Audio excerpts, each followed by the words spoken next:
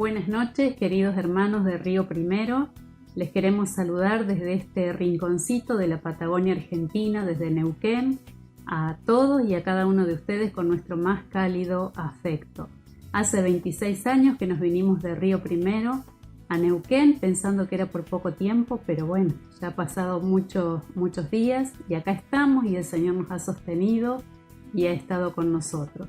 Tenemos gratísimos recuerdos de aquel lugar, nuestros hijos aman ir allí y nosotros también. Y bueno, saludarlos, animarlos y decirles que estamos en comunión con ustedes.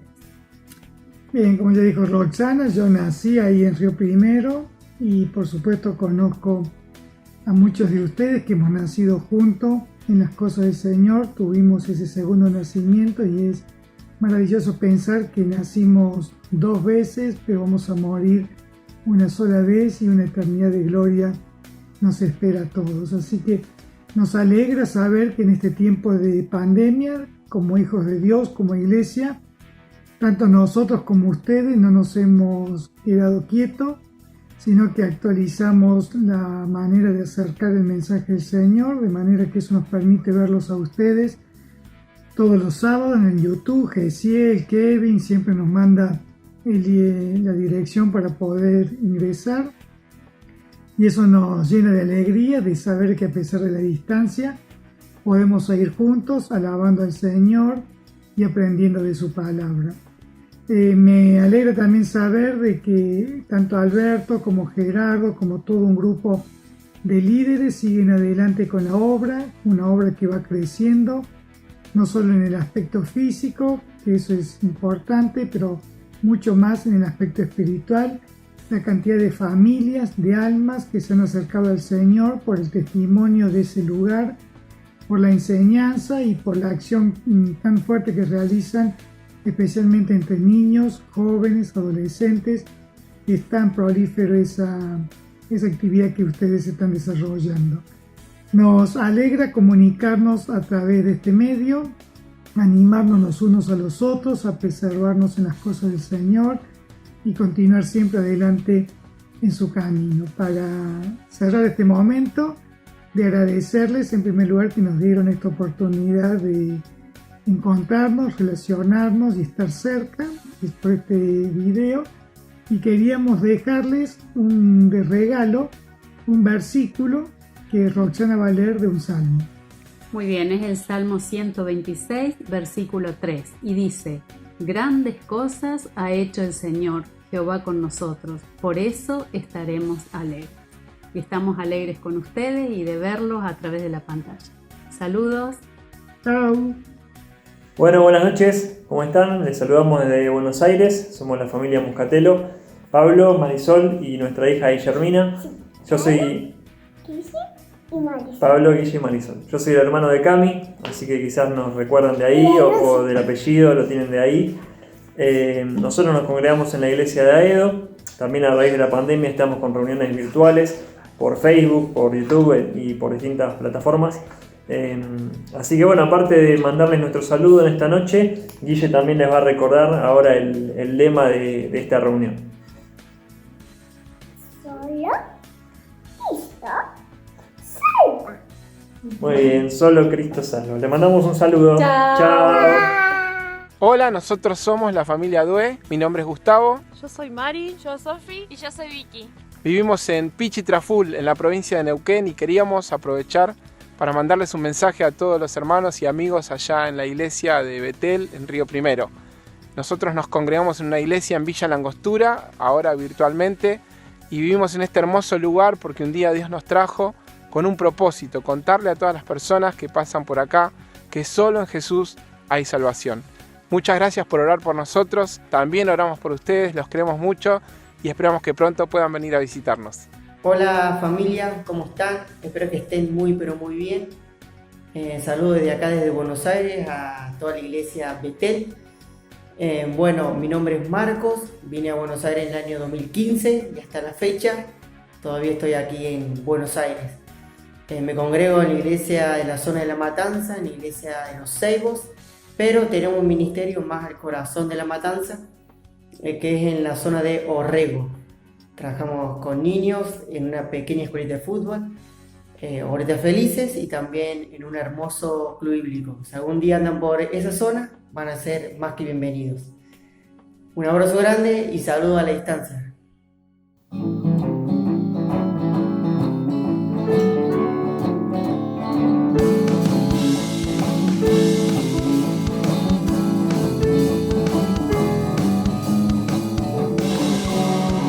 La alegría está en el corazón de aquel que conoce a Jesús. La verdadera paz está en aquel que ya conoce a Jesús. Un sentimiento más precioso que viene del Señor es el amor de aquel que ya conoce a Jesús. La alegría está en el corazón de aquel que conoce a Jesús. La verdadera paz está en aquel que ya conoce a Jesús. Un sentimiento más precioso que viene del Señor es el amor de aquel que ya conoce a Jesús.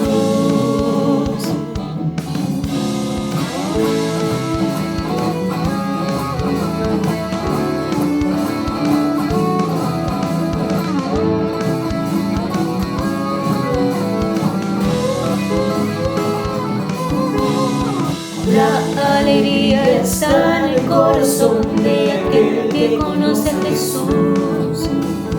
La verdadera paz está en aquel que ya conoce a Jesús. Un sentimiento más precioso que viene del Señor es el amor de aquel que ya conoce a Jesús.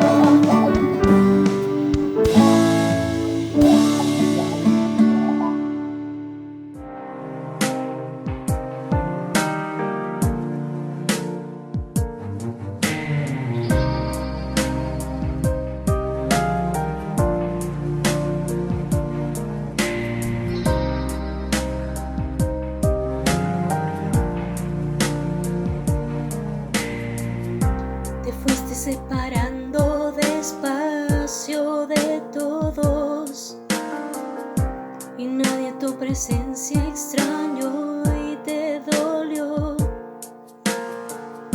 y luego te sentiste tan lejos de casa que decidiste no volver,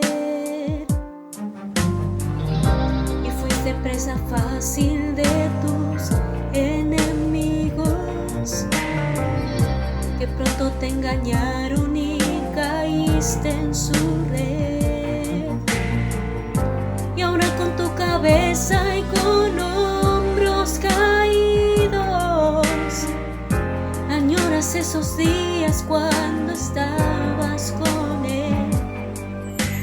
Eres una oveja del rebaño del Señor. Tu pastor te está llamando, vuelve hoy. Vuelve como el pródigo a su casa regresó, cuando lejos de su padre se encontró. Vuelve a casa hoy.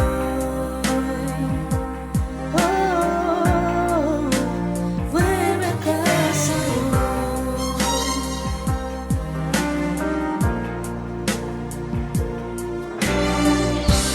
Pasas muchos días luchando en tu mente. No sabes si es posible volver al redil. Te sientes rechazado por haber pecado y piensas que el perdón no puedes ya recibir. No tienes que dudar del gran amor de tu Padre, que nunca te ha dejado de amar y esperar. Él tiene reservado un lugar en su mesa y tu llegada espera, ya no tardes más. Eres una oveja del rebaño del Señor. Tu pastor te está llamando, vuelve hoy.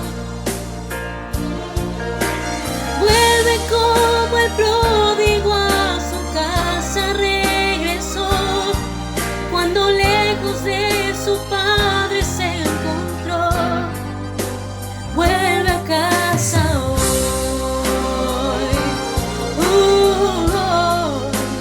Vuelve a casa hoy.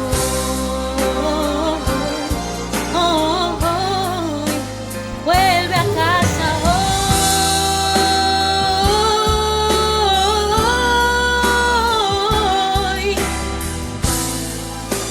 Vuelve a casa hoy.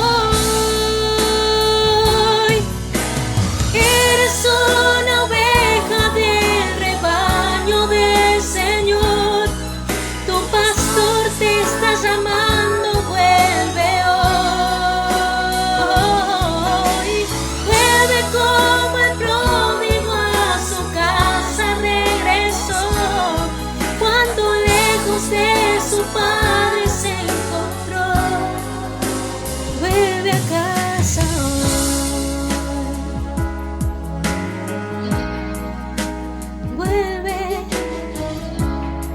Vuelve a casa.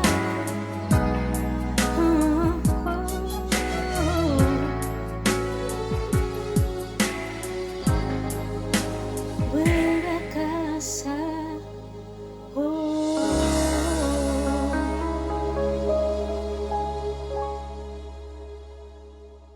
¿Cómo les va, hermanos de Río Primero? ¿Cómo andan ustedes?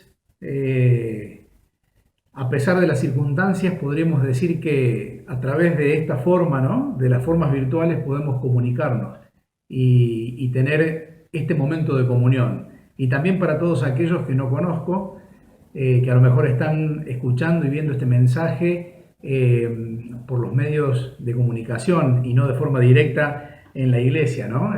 Bueno, estamos acostumbrándonos un poco a esto en este periodo de cuarentena que ya lleva muchos días. Y deseamos enormemente de corazón que el Señor nos permita juntarnos nuevamente en la iglesia, en ese lugar de reunión en donde podemos abrazarnos y charlar todos juntos. Yo creo que la experiencia de ustedes allí en Río Primero es la misma que nos toca vivir a nosotros aquí en Arroyito. Me encantó el tema de esta noche que me propusieron, Solo Cristo salva. Podríamos decir, solo Jesús salva. Qué hermosa expresión esta de que Dios quiso que el Señor Jesús tuviese por nombre ese título, Salvador. Ustedes saben que allí en Mateo, en el capítulo 1, en el versículo 12, el ángel que se le presenta a María le dice lo siguiente: llamarás su nombre Jesús, porque él salvará a su pueblo de sus pecados. Cristo significa ungido. Él iba a ser el escogido, iba a ser el Mesías, el escogido por Dios como aquel que tanto esperaban los judíos. Pero a su vez tuvo otro nombre, y fue el nombre de Jesús. Incluso combinados los dos nombres, nos queda ese hermoso nombre, esa hermosa expresión completa que dice Jesucristo, es decir, el Salvador y el ungido, el elegido para cumplir esa misión. Cristo Jesús es nuestro Salvador.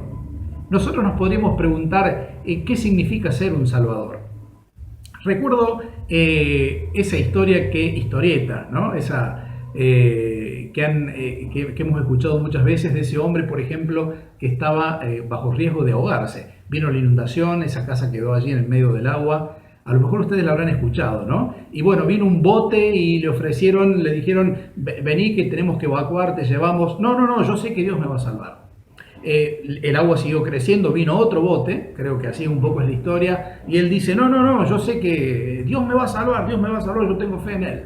Y el agua siguió subiendo y al final vino un helicóptero y le tiraron una soga, se bajó un rescatista a través de esas escaleras de cuerdas, ¿no?, que vemos generalmente en las películas, y le decía, ¿no?, señor, suba, que esto se va a poner cada vez más feo.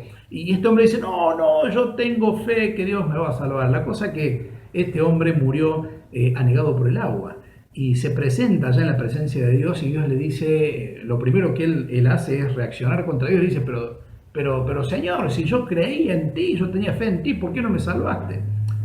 Y él le decía, entonces el Señor le responde y le dice, mirá, 3 oportunidades tuviste, 3 veces te di para salvarte y no te salvaste. Está bien que esto es un cuento, pero de alguna forma nos marca lo que los hombres tenemos de ingenuidad cuando pensamos sobre esto que tiene que ver con la salvación. Nosotros hoy, en pleno siglo XXI, pensamos que no necesitamos salvación de nada. Es más, nos parece una palabra extraña a nuestra forma de vivir, de hacer y de pensar. Nos preguntamos, ¿y de qué necesito ser, entre comillas, salvado? ¿De qué necesito si yo tengo mi trabajo, tengo mi familia, tengo mi casa, mañana hago esto, mañana hago lo otro, tenemos una rutina armada?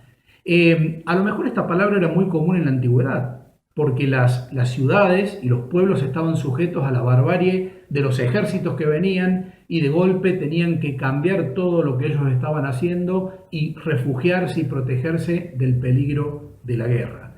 La pregunta es, ¿qué es para nosotros la salvación? ¿Qué entendemos nosotros por salvación? ¿Acaso le creemos a Dios cuando Él nos mandó un Salvador para que sea y sirva para nuestro beneficio? La salvación, como aparece este concepto en la Biblia, tiene un enfoque muchísimo más amplio de lo que nosotros pensamos. Por ejemplo, los sinónimos de esta palabra podrían llegar a ser liberación, podría llegar a ser sanidad, puede llegar a ser también libertad. Es decir, que la salvación involucra todas estas cosas. Pongámonos a pensar a una persona que estaba sujeta a un peligro determinado. Si nosotros nos imaginamos esa escena, nos vamos a dar cuenta que esa persona en ese momento de crisis y de dificultad necesita de alguna de todas estas cosas que recién decíamos. Entonces, con esto descubrimos este segundo aspecto. El segundo aspecto es claramente de que nosotros, los hombres, todos los hombres del mundo, estamos bajo un peligro. A veces no nos damos cuenta. Nosotros, es común por ahí que le enseñamos a los más chicos y les decimos, no jugues con fuego porque te vas a quemar. A nuestros niños, cuando van creciendo, les vamos enseñando cuáles son los verdaderos peligros o no que ellos tienen que tener en cuenta. Ustedes recuerden, cuando éramos chicos nos enseñaron a cruzar una calle, nos enseñaron incluso después, cuando fuimos más grandes, a manejar el auto. Entonces nos iban diciendo, esto podés hacer, esto no tenés que hacer, y nos iban mostrando justamente y advirtiendo sobre los peligros que hay. Hay un peligro que todos sufrimos, y es un peligro al cual todos estamos sujetos. En la Biblia ese peligro tiene un solo nombre y se llama pecado. El pecado son todas aquellas cosas que nos ponen en peligro a los hombres y que de alguna forma nos alejan de la presencia de Dios. Ahora yo podría llegar a decir, bueno, pero yo con Dios no quiero tener ningún tipo de relación. A mí no me importa eso que a mí me aleja de Dios porque a mí no me interesa tener una relación con Dios. Lo cierto es que este peligro es mucho más importante de lo que nosotros pensamos, porque este peligro tiene que ver con los momentos presentes que vivimos, con las decisiones que tomamos, con las cosas que hacemos, con las cosas que decidimos y con las cosas que pensamos. Todo eso tiene que ver con el presente, pero también tiene que ver con el futuro, cuando todos, sin excepción, tendremos que dar cuenta delante de Dios.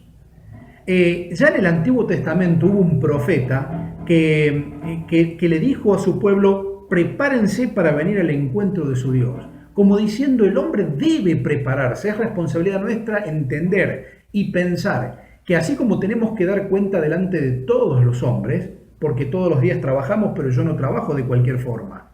Yo le tengo que dar cuenta y razón de lo que yo hago a mis clientes, por ejemplo. Si trabajamos en relación de dependencia, yo tengo que dar cuenta y razón de lo que yo hago delante de mi patrón. Si yo vivo en una familia no podemos hacer cualquier cosa. Incluso le tenemos que dar cuenta y razón a nuestras esposas, a nuestros esposos, de lo que estamos haciendo, de lo que decidimos, de lo que pensamos. Incluso de nuestros hijos, sobre los cuales somos autoridad.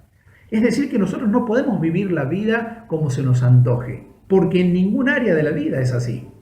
Entonces, estamos bajo un peligro, y es el descuidar nuestra relación con Dios. Y es un peligro fundamental, porque la palabra de Dios dice de que o somos amigos de Dios o somos enemigos. No podemos estar en una posición neutral. La Biblia dice incluso que podemos llegar a estar en la luz o podemos llegar a estar en las tinieblas. No hay una situación intermedia. La Biblia nos dice que podemos vivir la vida de Cristo o estamos en la muerte. Y tú me podrías decir: bueno, pero yo todavía no morí, nadie me está velando, no he ido al cementerio, no me tocó todavía pasar por eso. La Biblia dice: la paga del pecado es muerte, mas el regalo de Dios es vida eterna en Cristo Jesús, Señor nuestro, como dice en Romanos 3:23. Quiere decir que nosotros podemos estar viviendo, pero una vida moribunda, una vida que está totalmente alejado de Dios. Y cuando yo me alejo de Dios, estoy viviendo justamente una experiencia de muerte. Parece duro, pero es la verdad. Es la verdad. ¿De qué me sirve tener, entre comillas, una vida a pleno si yo no tengo la posibilidad de disfrutar hoy de la vida que Dios me puede dar?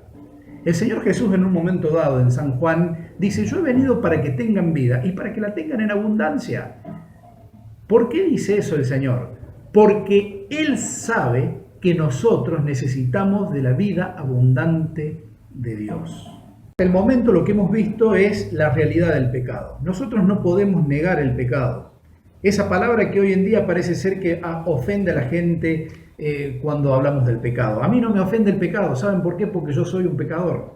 Y yo con eso no estoy diciendo soy la peor persona del mundo. No me considero así. Espero que los que me conocen no me consideren así. Pero hay algo que es importante en nosotros, y es reconocer nuestra condición. Si nosotros no conocemos nuestra condición, es muy difícil que Dios pueda actuar en nuestros corazones, porque eso significa de que hay orgullo de nuestra parte, hay soberbia, y decimos: no, yo pecador no soy. Pecador es aquel que roba, pecador es aquel que miente, pecador es aquel que hizo semejante cosa, que mató, que esto, que lo otro. Y yo no soy pecador. Y no es así. Todos somos pecadores. Hasta ahora hemos visto esto, la realidad del pecado. Fíjense en lo importante. Dios mandó a Jesús. Hemos visto eso. Dios mandó a Jesús. Le dio por nombre Salvador, porque Él vio que era importantísimo la salvación del género humano. Nosotros necesitamos ser salvados de nuestros pecados, que son todas aquellas cosas que nos separan de Dios y de nuestros semejantes. La realidad del pecado es mucho más importante de lo que nosotros pensamos. Creemos que el mal está en los otros, pero no sabemos que el mal está en nosotros. Quiero hablar de este tercer aspecto, que es fundamental, y es de los efectos del pecado. Uno podría decir: bueno, ¿y cuáles son los efectos del pecado? Vamos a leer en la Biblia, en Lucas capítulo 4, cuando el Señor comienza su ministerio, Él da esta hermosa predicación, cumpliendo o haciendo cumplir incluso aquella profecía que estaba escrita de parte de Él en Isaías. El Señor se para en el capítulo 4 en esa pequeña congregación de Nazaret, en esa sinagoga, y en el versículo 16 dice de que había ido un día de reposo a Nazaret y entró en la sinagoga conforme a la costumbre y se levantó a leer. Y se le dio el libro del profeta Isaías, y habiendo abierto el libro, halló el lugar donde estaba escrito lo siguiente: el Espíritu del Señor está sobre mí. Ustedes imagínense esa escena, el mismo Señor Jesús leyendo al profeta Isaías. Por cuanto me ha ungido para dar buenas nuevas a los pobres, me ha enviado a sanar a los quebrantados de corazón, a pregonar libertad a los cautivos y vista a los ciegos, a poner en libertad a los oprimidos, a predicar el año agradable del Señor. Y el versículo 20 agrega, enrollando el libro, lo dio al ministro, se sentó y los ojos de todos estaban fijos en él. Y comenzó a decirles: hoy se ha cumplido esta escritura delante de ustedes. Ustedes imagínense qué impacto. Hoy se ha cumplido esta escritura delante de ustedes.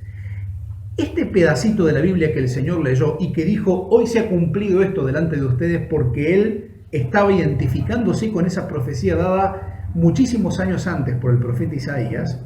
Él estaba diciendo justamente: en mi persona hoy se está cumpliendo esto, porque el Señor me ha ungido a mí, por eso soy el Cristo. El Señor, Dios me ha enviado a mí, por eso yo soy Jesús el Salvador. Esto se ha cumplido delante de ustedes. Y he venido justamente para cumplir esta misión, para dar buenas nuevas a los pobres. Me ha enviado a sanar a los quebrantados de corazón, a pregonar libertad a los cautivos y vista a los ciegos, a poner en libertad a los oprimidos y a predicar el año agradable del Señor. Esto nos habla de los efectos del pecado. Miren, nosotros queremos a veces identificar al pecado con cosas materiales, que está bien. Yo recién decía, bueno, mentir, robar, esto, lo otro. Cuántas cosas que nosotros hacemos y que en nuestras conciencias, pero las tenemos clarísimas, que nos hablan de nuestros errores y de nuestros males. En otras palabras, que nos hablan de nuestros pecados. Pero acá estamos hablando de los efectos del pecado. El Señor, en otras palabras, les dice: hermanos, queridos, amigos, yo les quiero mostrar los efectos del pecado, para que ustedes se sientan identificados con esto que yo he venido a hacer por ustedes. ¿Qué vino a hacer el Señor por nosotros? ¿Qué vino a hacer? A predicar las buenas nuevas a los pobres. Ustedes saben que el Señor, cuando hablaba de la pobreza, en este caso, porque Él dijo: se ha cumplido hoy esta palabra delante de ustedes, no se estaba refiriendo simplemente que Él iba a predicar a los pobres que no tenían dinero. Evidentemente, gran parte de la sociedad de aquel entonces eran personas pobres. Imagínense en aquel tiempo, cuando no había derechos humanos, derechos laborales, ni nada de este tipo de cosas. Muchos eran pobres de aquel tiempo. Incluso el Señor dijo: es muy difícil que los ricos por ahí se conviertan, porque a veces el dinero termina siendo un impedimento, un estorbo para que la persona crea. Pero evidentemente aquí el Señor se está refiriendo a otro tipo de pobreza mucho más profunda, y es la pobreza del alma y del corazón. Me ha ungido Dios para dar buenas nuevas, es decir, buenas noticias a los pobres. A los pobres. ¿Se acuerdan en Mateo capítulo 5, en las bienaventuranzas, el Señor dice: bienaventurados los pobres de corazón? En otras palabras, el Señor quiere actuar en aquellas personas que no tienen recursos. A veces las situaciones críticas nos ponen en un estado en el que no tenemos recursos. Eso nos habla de la pobreza espiritual. Cuando nos tenemos que postrar y decir: ya no sé más qué hacer. Eso está hablando de los efectos del pecado en nuestra vida. Cuando empezamos a ver que la propia autosuficiencia que a veces hemos creado alrededor nuestro no es suficiente para saciar nuestras almas. Pero no solamente eso, el Señor también dice: me ha enviado a sanar a los quebrantados de corazón. ¿Cuánto dolor hay en las personas? ¿Qué es un corazón quebrantado? Si yo les preguntara a cada uno de ustedes: cuéntenme experiencias duras de la vida, ustedes me podrían contar un montón de experiencias duras de la vida, y eso afloraría en sus mentes y en sus corazones diciendo: eso me causó tal dolor. Me toca hablar todos los días con familias destruidas, con padres destruidos, que me dicen: no sé qué hacer para que mi hijo justamente cambie. No sé cómo hacer para cambiar esta situación. no sé cómo enfrentar este dilema y este problema. Y las personas nos quebrantamos de corazón, y eso hace el pecado, nos quebranta el corazón. Podemos tener muchas cosas alrededor nuestro, incluso la riqueza, pero tenemos un dolor tremendo en el corazón. Las injusticias de la vida quebrantan nuestro corazón y nos generan dolores tremendos, porque decimos, ¿a dónde está la justicia? ¿Por qué semejante cosa? Pero no solamente eso, dice el Señor, he venido a pregonar libertad a los cautivos. ¿Y de qué cautivos estaba hablando aquí? ¿De los que estaban en la cárcel? Evidentemente nunca lo encontramos a Cristo Jesús agarrando un arma y liberando cautivos de la cárcel. Pero evidentemente los efectos del pecado hacen de que muchas veces vivamos en la esclavitud de los vicios. En la esclavitud de los vicios. Charlamos todos los días con personas que están luchando contra la esclavitud de los vicios. Y no los voy a nombrar por amor al tiempo. Tú puedes conocer tus vicios y decirme, yo estoy luchando hace un montón de tiempo con este vicio que no lo puedo destruir. Cristo Jesús es tu Salvador porque Él te quiere liberar de esos vicios. Hay veces que encontramos a personas que están encarceladas y que pueden vivir la libertad. El ejemplo más noble que tenemos en la palabra de Dios es, por ejemplo, el apóstol Pablo. Él estaba en la cárcel y él podía estar cantando con su amigo, con Silas, allí cantando en el medio de esa cárcel, en la parte más profunda y más sucia de las cárceles de aquel tiempo, y él cantaba himnos a Dios y agradecía a Dios, y le predicaba el evangelio a los que estaban alrededor, y vino un terremoto y todo se sacudió. Quiere decir que él estaba en la cárcel, pero él vivía la libertad que Cristo solamente nos puede dar. Por eso Cristo es nuestro Salvador, porque Él nos puede hacer vivir experiencias de libertad que nuestra alma y nuestro corazón necesitan. Él vino a pregonar libertad a los cautivos. El Señor quiere liberarte de esa cautividad a la cual el pecado te ha sujetado. No solamente eso, sino que el Señor nos viene, dice ahí, Él vino a predicar y a dar libertad a los cautivos y a darle vista a los ciegos. El Señor con su poder sanó a muchos ciegos en la Biblia. Eso lo encontramos. Pero, ¿de qué ceguera nos está hablando aquí? Créanme que podemos tener muy buena visión. Miren, yo tengo muy buena visión. Hay veces que me río y cargo a los otros que están alrededor mío porque les digo justamente que tengo buena visión y no necesito anteojos para poder ver bien. Pero podemos tener muy buena visión, pero estar totalmente ciegos. Porque no vemos el más allá, no vemos el futuro, no vemos los peligros, no vemos lo que se avecina, no vemos el mal que nos rodea. Y el Señor dijo una frase muy importante que está en la Biblia y que hoy se usa mucho, ¿no? Que le dijo a aquellos fariseos, a aquellos enseñadores en ese momento de la Biblia, y que estaban equivocados y enseñando cosas equivocadas. Él les dijo, ustedes son ciegos, guías de ciegos. Qué feo, ¿no? Ser guiados por un ciego, que Él necesita justamente que lo guíen. El Señor vino a dar vista a los ciegos. ¿Cuántas cegueras a veces hemos tenido en nuestra alma y en nuestro corazón? Porque no podíamos ver la verdad. No podíamos ver la verdad. Y el Señor nos vino a dar una vista espiritual especial para poder ver el peligro y huir de él. Voy a terminar diciendo que este pasaje en el que el Señor dice, se ha cumplido esto delante de ustedes, Él termina diciendo, he venido a predicar el año agradable del Señor.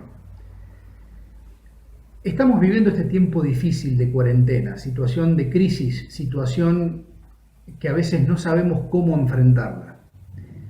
Estamos viviendo una crisis económica. Podemos estar pasando las distintas crisis porque cada una de las familias tienen sus propias situaciones. En otras palabras, el pecado ha hecho tal efecto en la humanidad que los adelantos, la ciencia y todos los conocimientos que tenemos no alcanzan a cubrir la necesidad que tenemos de Dios. Yo recién les decía que este pasaje que leímos en Lucas nos habla de los efectos que el pecado hace en nuestras vidas, porque a veces pensamos que es algo extraño a nosotros. Pero a pesar de estas circunstancias, Él dice, yo he venido a predicar el año agradable del Señor. Yo no sé ustedes, pero cuando estamos pasando una situación difícil, no hay bendición más grande que escuchar una buena noticia. Cuando estamos bajo una crisis, no hay cosa mejor que ver que una mano se acerca para ayudarnos y nos levanta. Cuando estamos ante un peligro, no hay cosa más hermosa que alguien se acerque para protegernos. Vemos a los niños que se protegen detrás de sus padres.